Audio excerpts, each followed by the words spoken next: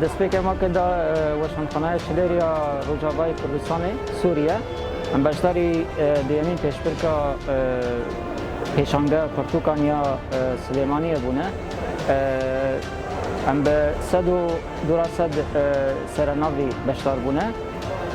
ئەف قاس هەژمارێکە ji سەرناوان کۆم بووە ئەف قاس نویسکار و ئەف قاس پرتوک لێداری کۆم بوونە وەکی ناوەندێکە gelekî giring û baş e ji bo ziman ji bo hevgihandina çandan gelekî cihekî wê balkêş û giring e em jî wekî weşanxaneyeke rojava